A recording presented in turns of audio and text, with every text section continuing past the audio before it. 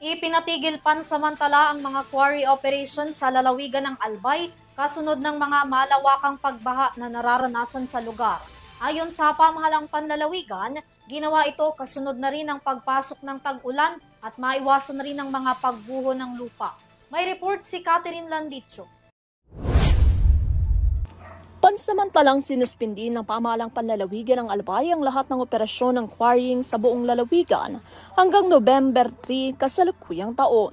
Bunso dito na malawakang over-extraction sa ilang quarry sites na nagdulot ng pagbaha, pagguho ng lupa at pagbabago sa natural na daloy ng ilog at iba pang anyong tubig.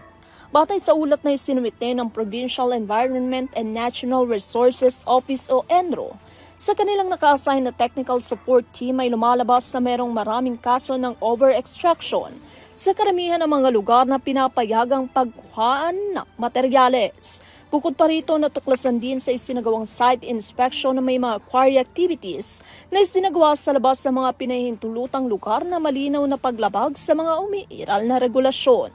Ayon sa Provincial ENRO, ang mga gawain nito ay nagdulot ng malubhang epekto sa kapaligiran, kabilang ang pagbabago sa daloy ng ilog, paglala ng siltation at pagkakaroon ng mas madalas na pagbaha at pagguho ng lupa. Isa sa mga malinaw umano na patunay nito ang kamakailang pagbaha sa barangay Masarawag sa bayan ng Ginobatan. Sa pagpasok ng tag-ulan, agad na nagpatupad ng proactive measures ang pamahalaan upang maiwasan ang pagkawala ng buhay at ari-arian ng mga mamamayan.